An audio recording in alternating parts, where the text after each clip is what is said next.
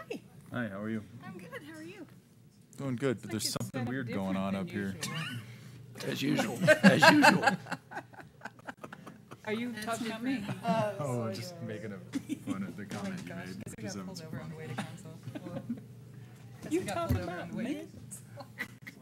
I totally deserved it too. He came up and I was like, you don't even have to tell me. I know. No, you didn't. No, I was shocked. I was shocked actually. Did you let your badge fall out? I never do that. I never do that. No. That's Sergeant Major McKim. You were 100% right. That's probably why you didn't get that. That's pretty awesome. It's probably going to be okay not getting one. I like it.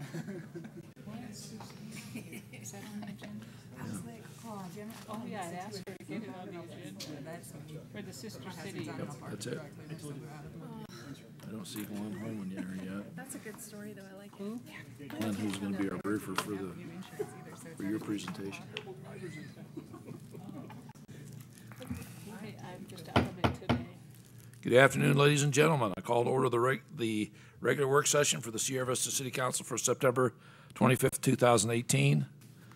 And today we have a number of items. We're going to start with the September 25th, 2018 council meeting and agenda items, which are attached. Of course, we start with the roll call to order, roll call, invocation, pledge, and then awards and presentations. And we have the business of the month for September. And who's presenting the September business of the month? I'll be doing Mrs. Calhoun, okay. And we have some certificates of appreciation and a proclamation for Fire Prevention Week. We square on that, Chief? Yes, sir. Okay, we'll have the city manager's report. On the consent agenda, we have approval of the city council meeting minutes for September 13 and the special meeting minutes for September 19, and an appointment to the Cultural Diversity Commission. Item 3 is a public hearing item, which is the annexation of the Redmond property. May we have a staff report, please? Mr. Mayor, members of council, this request pertains to the annexation of a 2-acre parcel and adjoining right-of-way located on the northwest corner of East Little Lane and South Bowser Lane, just east of the Oakmont subdivision. This is a voluntary request by the owners, Randy and Robin Redmond. They expressed their primary interest in annexing as being able to receive city sanitation and recycling services. The property is part of a larger county enclave that is designated on the long-term annexation map as a proactive annexation area. Per our usual practice, we contacted the adjacent property owners to survey their interest and determined there wasn't sufficient interest beyond the requester. This is the second of 3 meetings to consider this annexation. The blank petition has been filed. We're now required to hold a public hearing within the last 10 days of the 30-day wait period. We anticipate the final ordinance hearing on the subject to take place at your first meeting in November. And with that, I'll answer any questions. Any questions from Mr. McLaughlin? No. It's pretty much a straightforward annexation. Chuck, did you want to say something? No, it is straightforward. Okay. And then, of course, we'll do call the public and comments and questions. And it should be a relatively short council meeting, but it was important to get that annexation in so we can meet the requirements to get the property annexed. So we'll next move on to discussion of the Sister Cities Agreement. And I'm gonna open this up, and then we'll turn it over to the Leisure and Library Service, or Library Service and Leisure Director, whichever one you are this week. Whichever one. One of the things that's happened in the last year is the Sister Cities Association has formed and become a 501c3 nonprofit.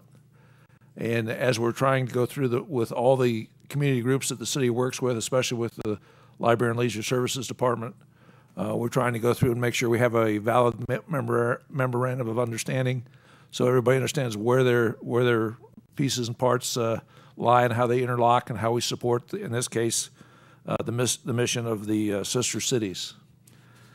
This document you have before you is here for discussion today.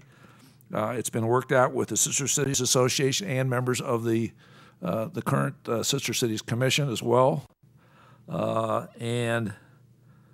We do have a couple of representatives in the audience if they want to participate and make comments or help answer questions that you may have after going through the document. But I'll turn it over to Laura for any additional comments. Thank you, Mr. Mayor. Did you want me to go? Okay, No. thank you.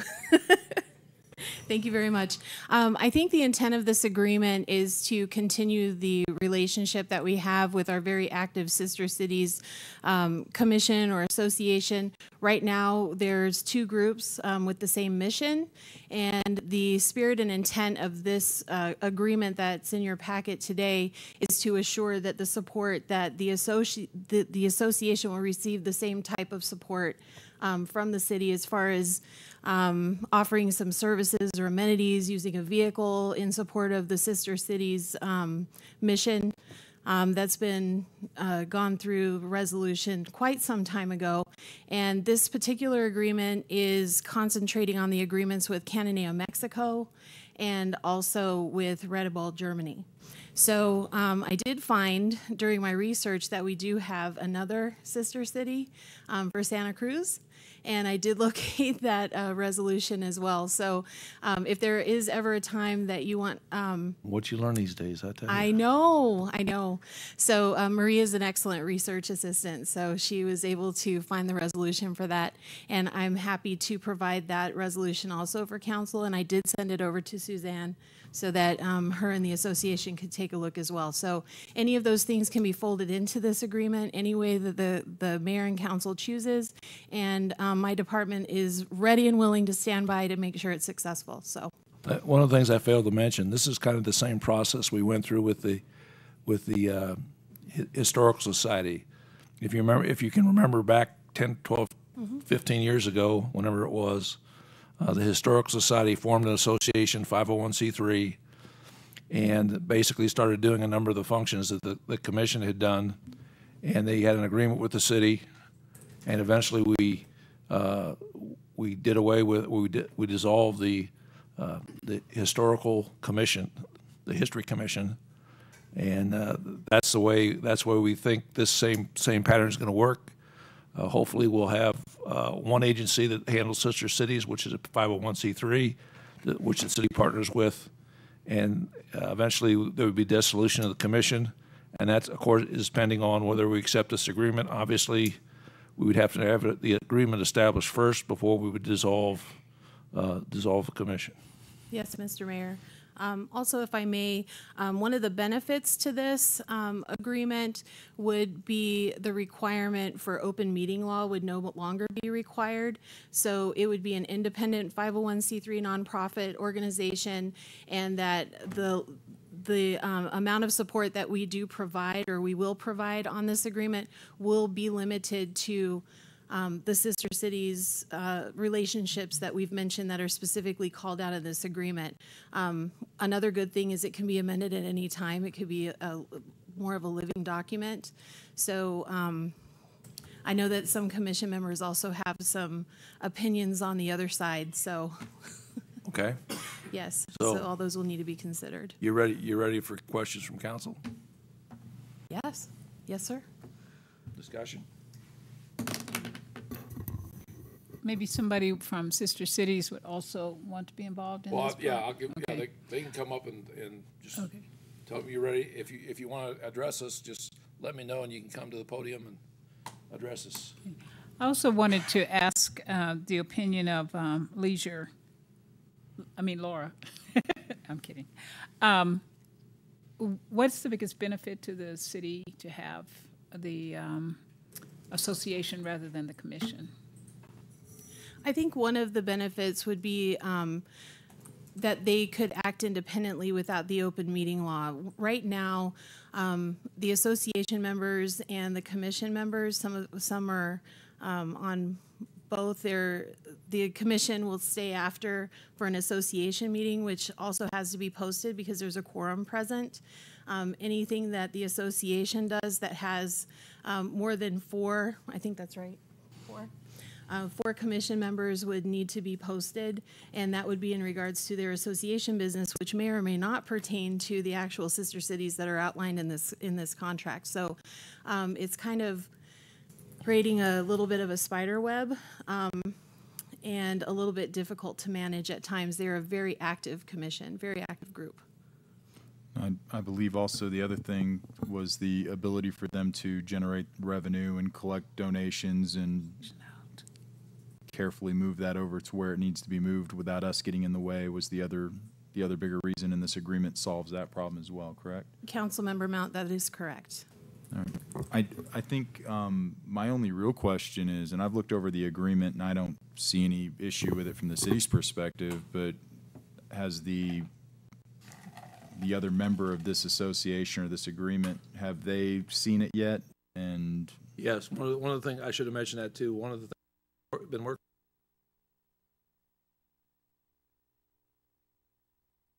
We have members in the audience. They're here to try to make comments or. I think the agreement looks fine as long as they're good. I don't see anything on at least my part that would hold it up. I have not completely read this. Do you want to come forward to the? Yeah, Mike, if you come forward and. For a city council member to be involved with the association. No. Well, one of the things in there, it basically says the mayor's office still does the official mayor type stuff with the other mayors, the political part of it. So in that sense, yes, there is one council member that does that, but do we have a council liaison? If that's your question, the answer is no. Okay. Thank you. Plus, sorry, Mike. Plus for that, Councilwoman Calhoun, we have in the Sister Cities Association bylaws, when these bylaws were made, we were still under the impression we will have a commission and we will have an association, and the association was just a fundraising arm. Since there was no income from the city, we had to find funds somewhere else, especially for paying for the exchange, which is the most costly expense that this program has. So we put in there in the bylaws that there should be a city representative is a voting member within the association. And that's the director of Parks and Library and Leisure, right? Would be the representative of the city. The way that this agreement is laid out right now, the mayor and council would give me the authority to execute and to provide services to the association. And if it is the wish of the mayor and council that I represent, then I will do so. Okay. Thank you. Mr. Boardman. My name is Michael Boardman. I'm the only commissioner that I see here. What I can tell you is that the commission has worked with this document in a number of sessions. It's been revised a number of times. The document you have in front of you has revised all of our and taken into account all of our comments. The commission has not had a formal vote, I don't believe, to accept it, but I can tell you that all the commission's concerns have been incorporated, and if there was a formal vote, I believe it would be accepted unanimously. But I can't speak for all the other commissioners.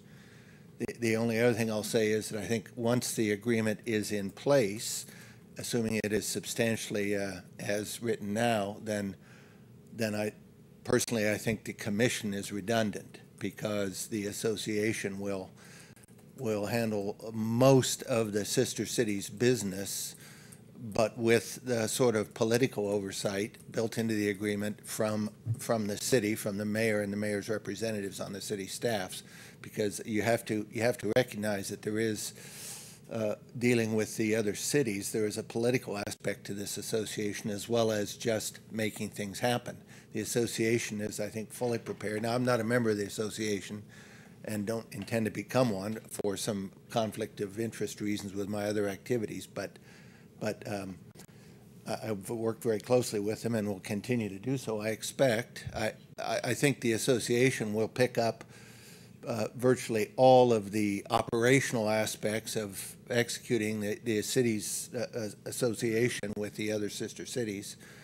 And I thought it was important to protect the interests of the city, that the city retain a thumb in the agreement to exercise sort of political oversight and be there in dealing with the other cities. And the agreement as written now, I think, arranges for all of that. So personally, I had a hand in drafting some of the revisions, and I'm satisfied that both the interests of the city and the association, which I do not represent, but work closely with, I think the interests of both parties are well represented in this agreement. Thank you. Anything else? I did have one other question. I'm not sure it fits in right here, but you mentioned another city, and I'm curious what that meant. And also, does the agreement incorporate any other cities that might become sister cities? Mr. Mayor, Councilmember Calhoun, no, it doesn't, but we could revise it. That would have to be another conversation that we would have with the association.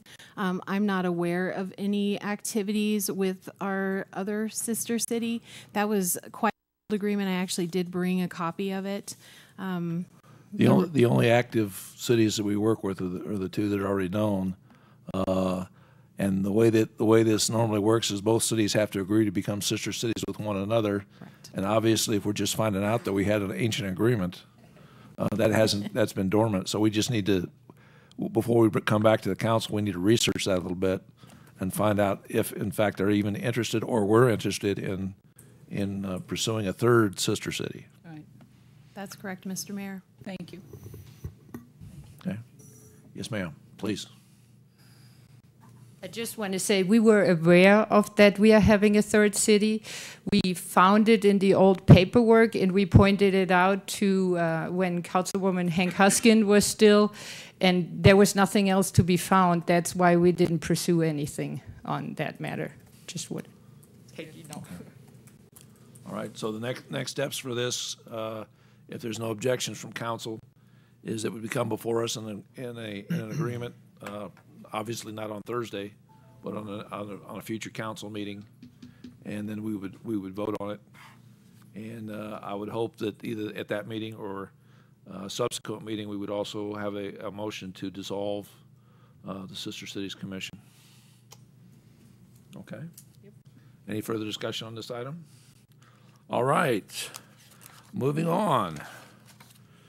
We're very pleased to have Glenn Holman with the United Veterans Council today. He's going to give us a quick brief on the activities of the good work that the United Veterans Council does. Thank you, Mr. Mayor. Good afternoon, Mr. Mayor, members of council.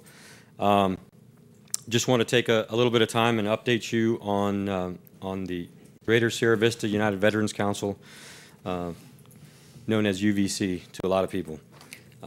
We are not really a veteran service organization. So what we are is a combination, a conglomerate of entities, veteran entities and veteran supporting entities. So we have no bylaws, we have no 501c3, we have nothing that really binds us as an entity with property assets or true voting membership strength, although I'll tell you how we dispose of our business here a little bit later.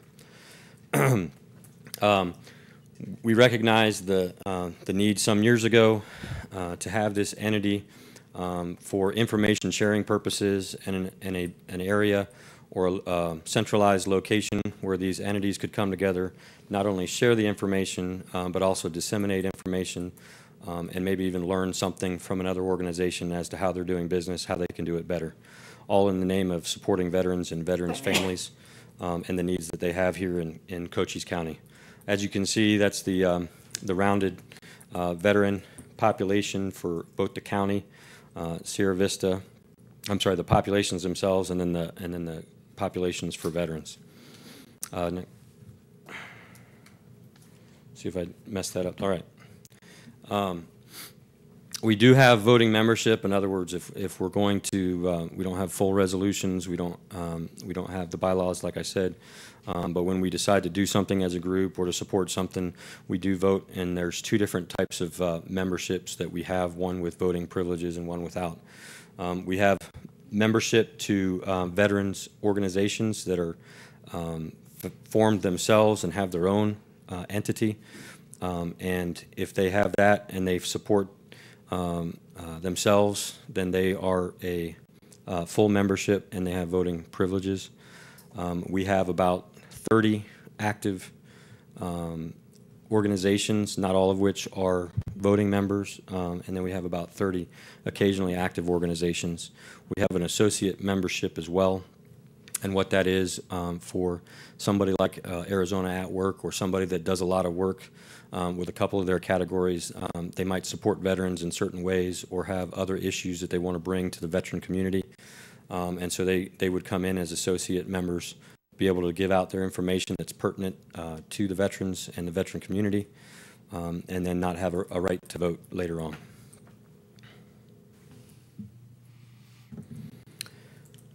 These are just a few examples. They range in size from our largest organization is the VFW, and they are just under 2,500 members here in Sierra Vista.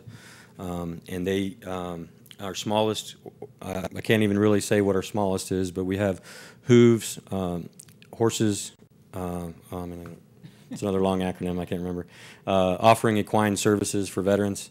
And then we have things like Velo Vets that may have 8 members or something like that. So we have everything from 2,500 all the way down to the onesies and twosies. From our associate, one of our associate members, Arizona at Work, you can see they're very active. I know that the VA, Arizona Disabled Veteran Services, often come. They're doing active work, obviously, here in the area and put out information and help us as well. There's a little bit more on our associate membership, and they oftentimes become some of our best speakers in terms of services that they provide, services that they're trying to get out, and things like that. This is our makeup.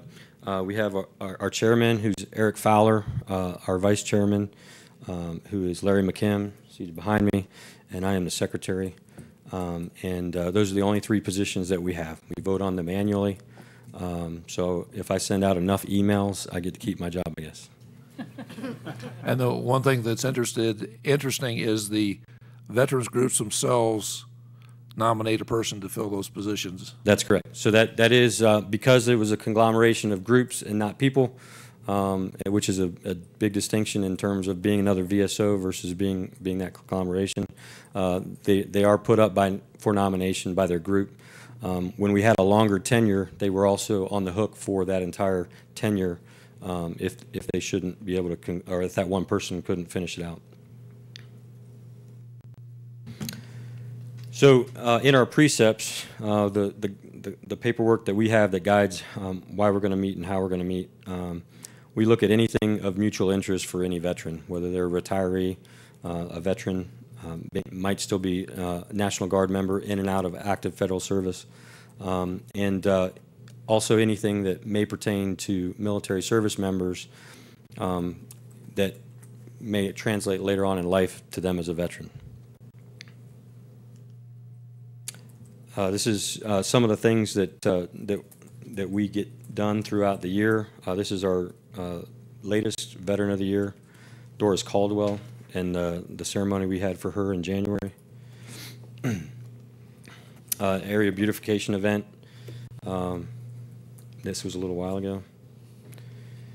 And then we don't all, it's not a standard issue headgear for us, but we're looking into that.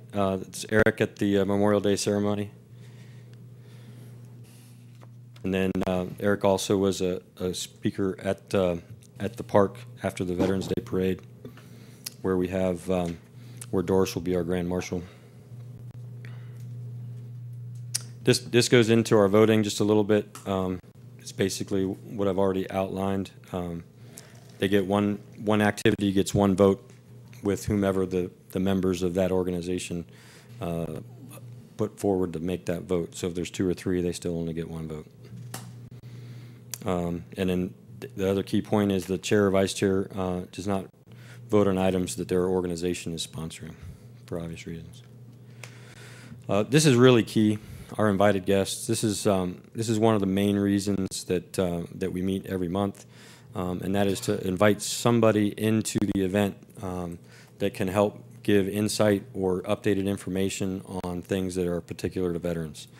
We're going to have some examples here But the need for us to have state, federal, and even local officials come in and tell us things or changes to things that are impacting veterans, retirees, and even active duty members is very important.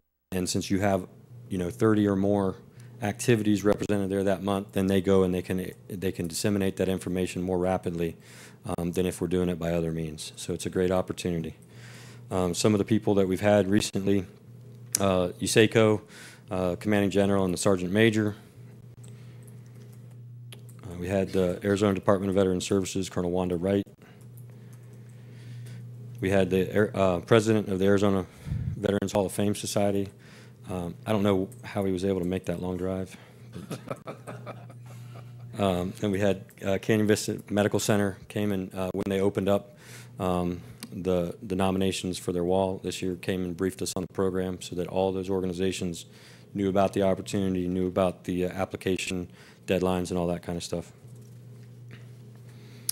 And then we had a great guest speaker, editor of An American Soldier in the Great War. It was about his grandfather and his time in World War I. So it was a really great speaker.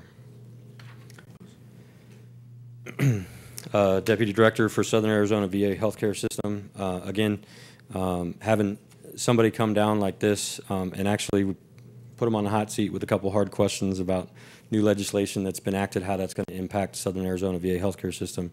Of course, he gets a lot of that direction from the Secretary, but being able to have that dialogue and also put out new information is key and vital. Then the council, it just says this is in our precepts that we'll meet regularly, and I think everybody pretty much uses Robert's rules these days. We prepare the agenda in advance. We're always working 2, 3, 4 months out on guest speakers to try to get those in. A lot of the people that we have, you have to get on their schedule that far out, or you won't get them. And we don't have, like I said, we don't have official status. We don't have funds. If there's something that we would like to do that requires that, we seek help from our member organizations to help facilitate that. And that concludes the slides, but certainly open to any discussion or questions. I want to make just a couple comments. This is a great organization. One of the things you didn't mention was the fact that most of these organizations have some other than just veterans. They have a charity arm that does certain activities, and what this allows for is to share that information across the board and get more people involved in those charities that these organizations work to support.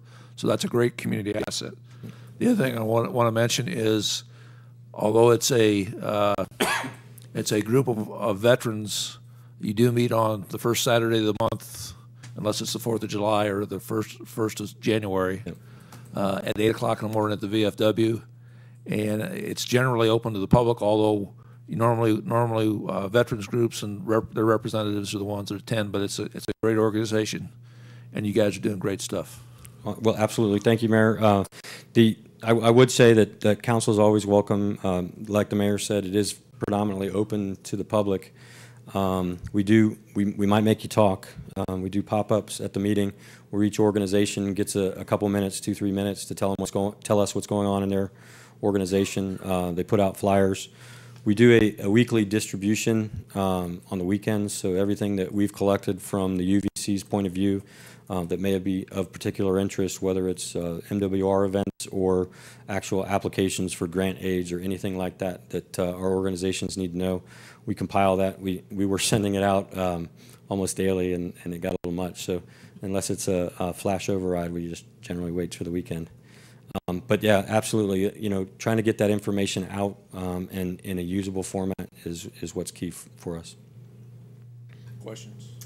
Comment? Sure. Thank you so much for coming and speaking to us. We, as the council, had an interest in hearing about organizations that are functioning in our community. And some of us may or may not know about you, and it's helpful not only for us to know what's going on in our community and for the members of our community, which your organizations surely serve. And so we appreciate that you're here, and let us know as things move forward. I think it's important for us just to know what the what's going on with the organizations, and if we can be of any support, we'll be there. Absolutely. Thank you. Thank you. Anything else? Thanks, Glenn. A great briefing, and you guys are doing great work for us. We All right. appreciate it. Thank you. Next, we'll go on to item D, which is report on recent trips, meetings, and future meetings. Anybody? Anybody? Anybody? Okay. We'll go on to item E, board and commission liaison updates. Okay. Future discussion items. Oh, I did have oh, that. did you Meant I'm clearing my throat. I'm ready to say something. Well, that's why I went ahead. I caught that. I just wanted to comment that I know EAC is looking at, the Environmental Affairs Commission is looking at working with the city to do some type of education, work with the community around recycling. And the EAC is meeting this coming Wednesday at what time? 3:30? Gosh, I don't remember. I'll have to look it up.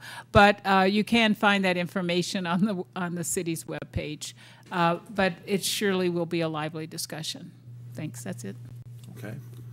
Future discussion items and council requests. Just remind everybody, we got another work session coming up dealing with the city manager's evaluation that I haven't seen on the schedule yet, but I'm sure that'll show up real quick. Sometime in October. Okay. Any other items? Executive session. Okay. Seeing nothing else before the council, I want to thank everybody for being here today, and we'll see you on Thursday. Meeting's adjourned.